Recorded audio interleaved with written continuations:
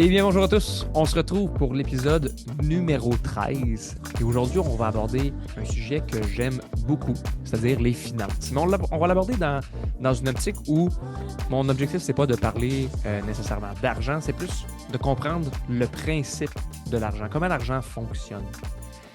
Et je vais vous parler de ça parce que dernièrement, j'ai eu une discussion avec un ami et il me disait qu'il voulait devenir riche.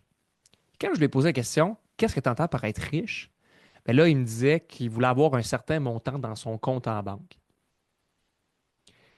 Et ça m'a sonné une cloche parce que je me suis dit, est-ce qu'il comprend la différence entre être riche, donc avoir un montant X, puis la richesse pour un ou pour l'autre, ça peut être différent. Il y a des personnes qui vont dire, ben moi, je vais être riche à partir du moment où je vais avoir 1 million dans mon compte en banque. Puis plus souvent qu'autrement, c'est pas en fait nécessairement d'avoir 1 million, mais c'est plus d'avoir la capacité financière de dépenser pour 1 million. On peut se rendre à 1 million dans notre compte en banque en étant dans les 4 cadrans du cash flow.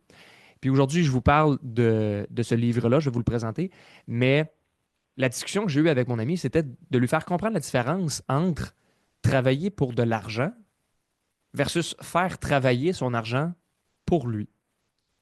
Et c'est un concept qu'il n'avait jamais vraiment abordé avec qui que ce soit parce que sa famille, ce sont tous des salariés et il n'a jamais été en contact avec ça. Puis comme on le sait, ben, malheureusement, le système scolaire au Québec ne prône pas d'être autre chose qu'un salarié. Donc, le premier livre que je vous présente, ou en fait le livre duquel on tire l'information aujourd'hui, c'est ce livre-là, Quadrant, de Robert T. Kiyosaki. C'est le même auteur que Père riche, Père pauvre, que j'avais déjà abordé dans un autre podcast. Et le premier cadran du cash flow, c'est le cadran E, le cadran dans lequel on est employé. Puis quand on est employé, on travaille contre un salaire. Fait que vous avez fait une entrevue, il y a quelque chose qui vous intéressait dans cet emploi-là, vous avez réussi à passer à travers le processus d'embauche, vous êtes embauché et maintenant, le propriétaire de l'entreprise vous engage contre une rémunération X, Y, Z que vous avez contenue avec les ressources humaines. Quand vous êtes employé, il y a une stabilité au niveau de vos revenus. Vous allez avoir sensiblement toujours les mêmes payes qui vont rentrer à toutes les semaines parce que vous allez travailler sensiblement toujours les mêmes heures. Je vais travailler 36, 35, 40 heures par semaine à 50 de l'heure, 20 de l'heure, 100 de l'heure, en fonction de ce que vous avez établi avec l'employeur. L'employeur, lui, va prendre le risque financier. Donc, le propriétaire de l'entreprise va prendre le risque financier d'avoir parti l'entreprise, d'avoir peut-être fait l'incorporation. De toute façon, on va y revenir tout à l'heure dans le cadran le cadran B, le business owner. Mais le salarié, il y a peu ou en fait pas de contrôle sur ses revenus. Dans le sens où à partir du moment où il a dit, OK, j'y vais avec le montant qu'on a établi pour mon salaire horaire, il n'y a pas nécessairement la possibilité de faire de l'overtime. Il n'y a pas nécessairement la possibilité de faire une augmentation significative de ses revenus au courant de l'année, outre le fait de travailler plus fort. Puis mon objectif, c'est pas de vous enseigner à travailler plus fort, c'est plutôt de vous enseigner à travailler plus intelligemment avec votre argent. Fait que de quelle façon je peux faire pour justement prendre l'argent que je gagne, peut-être dans ce premier cadran-là, puis faire quelque chose qui me permet d'avoir de l'argent sans que j'aille à travailler. Fait que le premier cadran, quand on est salarié, on travaille contre de l'argent. On travaille contre de l'argent et on n'a pas nécessairement le contrôle sur nos revenus, mais on a une certaine stabilité d'emploi et ça nous permet d'avoir une diminution du stress. Je n'ai pas besoin de travailler pour aller chercher de l'ouvrage. L'ouvrage vient continuellement à moi parce que je suis salarié. Fait que le premier cadran dans lequel je vous dirais 80, 90%, voire peut-être 95% de la population se retrouve, c'est dans le cadran E, qui est du côté gauche. Le deuxième, c'est celui qu'on va appeler le S, le self-employed. Le self-employed. Puis, le self-employed ou le travailleur autonome va également avoir des avantages et des inconvénients. Donc, c'est souvent la personne qu'on va dire qui travaille à son compte. C'est la personne qui va échanger un service contre une rémunération. Et là, ben, c'est lui qui peut faire le choix de sa rémunération en fonction de la valeur qu'il détermine de l'offre qu'il propose. Par exemple, moi, je suis consultant, je rencontre Danny. Danny a un problème et moi, le service que j'offre va régler le problème de Danny.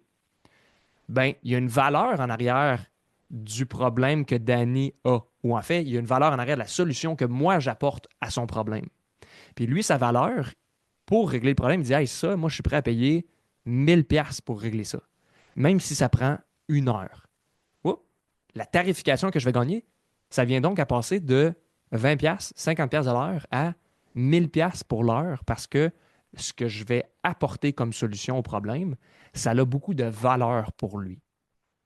Donc, quand on se retrouve du côté du travailleur autonome, on se retrouve à avoir certaines libertés, mais certains stress également. Fait qu'on va avoir un stress parce qu'on doit aller chercher l'ouvrage, on doit faire du démarchage, on doit faire l'acquisition de clients, on doit participer à des événements réseautage, on doit X, Y, Z, on doit faire ce qu'il faut pour générer l'ouvrage nécessaire pour continuer à facturer. Fait qu'on a une certaine liberté, mais encore une fois, on a des espèces de menottes dorées, dans le sens où si je ne suis pas là, si je tombe malade, s'il m'arrive un accident, il n'y a plus de rentrée d'argent. Je deviens donc attaché à mon travail. Parce que si je ne suis pas là, en tant que travailleur autonome, ben c'est just too bad. Il n'y a rien qui va rentrer. Fait que, comme je dis, on arrive avec une liberté peut-être un peu plus grande au niveau de la gestion de notre temps, au niveau de l'argent qu'on peut faire. Mais encore une fois, on va être pris sur le fait que si je ne suis pas là, l'entreprise ne roule pas. De l'autre côté du cadran, on a ce qu'on appelle le B. Et le B, c'est le business owner. OK? Fait que le B, c'est pour le business owner. Et le business owner, c'est aussi celui qu'on va appeler le chef d'entreprise. Le chef d'entreprise peut avoir été un travailleur autonome pendant un bout de temps, puis après ça, avoir décidé de faire un switch au niveau de la façon dont son entreprise est composée. Ça, on va pouvoir y revenir plus tard quand on parle d'incorporation. Okay, j'ai incorporé mon entreprise. Avant, j'étais travailleur autonome. J'avais une entreprise qui était enregistrée, mais je n'étais pas incorporé. Fait qu'il y a des stratégies fiscales que vous allez pouvoir mettre en place en arrière de l'entreprise que vous voulez bâtir pour dire est-ce que j'ai un OBNL, un organisme à but non lucratif? Est-ce que j'ai une compagnie qui est enregistrée? Est-ce que j'ai une compagnie qui est incorporée? Est-ce que j'ai une compagnie qui est incorporée au Québec versus au Canada? Fait que ça, évidemment, c'est toutes des choses que vous devez discuter avec votre comptable ou votre fiscaliste. Mais vraiment quelqu'un qui s'y connaît en fonction de vos objectifs. Et j'en ai déjà parlé dans les capsules précédentes, dans les vidéos précédentes. Si vous ne savez pas où vous voulez vous en aller, commencez par la base. Revenez à qu'est-ce que je veux sincèrement? Qu'est-ce que je veux être capable de mettre en place? Ce serait quoi pour moi le style de vie idéal? Parce que la structure d'entreprise que vous allez avoir va vous permettre d'avoir des avantages fiscaux qui sont vraiment pas négligeables. Aujourd'hui, après qu'on ait parlé de ça, je vais juste vous expliquer la grosse différence entre un salarié versus un propriétaire d'entreprise ou une entreprise. Donc, le chef d'entreprise, il y a des rôles et des responsabilités qui viennent peut-être augmenter son stress, son niveau de stress. Souvent, ça va être le premier rentré au travail et ça va être le dernier à quitter et ça va être celui qui, au début, va avoir le moins de rémunération. Ça fait partie de la game. Ça fait partie du je vais devoir mettre les efforts nécessaires pour atteindre une liberté éventuelle lorsque mes systèmes vont être montés. Donc, la grosse différence entre notre cadran numéro 2 qu'on a vu, où est-ce qu'on avait le travailleur autonome et le chef d'entreprise, c'est au niveau des systèmes qui vont être mis en place. Et les systèmes qui vont être mis en place vont permettre d'avoir justement le chef d'entreprise qui va se libérer des tâches. Il va pouvoir regarder son entreprise et il va avoir des employés clés et des systèmes, des procédures et des processus qui vont être mis en place pour être capable de profiter des revenus que l'entreprise va générer sans que lui soit là. Donc, au lieu de travailler pour de l'argent, lui, il reçoit de l'argent parce qu'il a mis des personnes en place. Donc, l'argent vient. Il a peut-être dû investir au départ, Mais éventuellement, il y a un retour sur investissement et maintenant, l'argent qu'il a investi travaille pour lui grâce aux équipements qu'il a achetés, grâce à la bâtisse qu'il a achetée, peut-être également toutes les autres choses qu'il peut avoir euh, acquis qui vont générer des revenus pour lui. Puis le dernier cadran qu'on aborde, c'est le cadran I, qu'on appelle également le cadran des investisseurs. Donc le cadran I, le quatrième cadran, c'est le cadran des investisseurs. Le cadran des investisseurs, c'est là où on a le revenu le plus passif.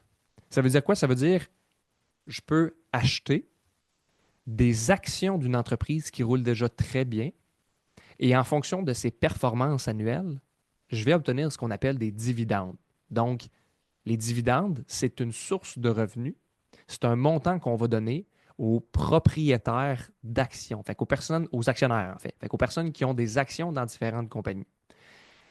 Et là, je ne rentrerai pas dans le sujet de la bourse parce que c'est trop complexe et je ne suis pas un expert en bourse.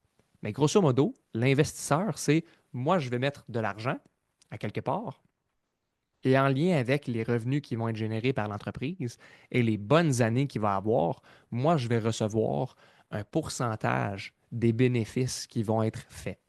Donc, si dans la première année, j'ai investi 100 000 que j'ai acquis des actions de cette entreprise-là, que l'entreprise a fait des centaines de milliers de dollars, voire des millions de dollars, et qu'à la fin de l'année, après toutes les dépenses, il en reste encore, bien, il va y avoir des dividendes qui vont être versés à l'investisseur qui se retrouve dans notre dernier cadran. Fait que, grosso modo, là où on ne veut pas se retrouver, ou là où on veut peut-être commencer, mais essayer de sortir, ça va être dans nos deux premiers cadrans. Fait que le cadran de l'employé puis le cadran du travailleur autonome. Parce que comme je vous l'ai dit, on est attaché à l'argent. On échange notre temps contre de l'argent. Donc, on travaille pour l'argent. Alors que de l'autre côté, du côté du propriétaire d'entreprise et de l'investisseur, on se retrouve vraiment plus avec mon argent travaille pour moi. Puis, quand on parle d'investir, on peut investir dans plusieurs places. Ça peut être en immobilier. J'ai acquis un immeuble. L'immeuble va se rembourser par lui-même avec les locataires qui vont payer un loyer à tous les mois. Fait que je vais rembourser l'institution financière. Puis peut-être qu'il va même en rester. Puis à partir du moment où il va en rester, ben ça va aller directement dans mes poches. Fait que ça, c'est le fun.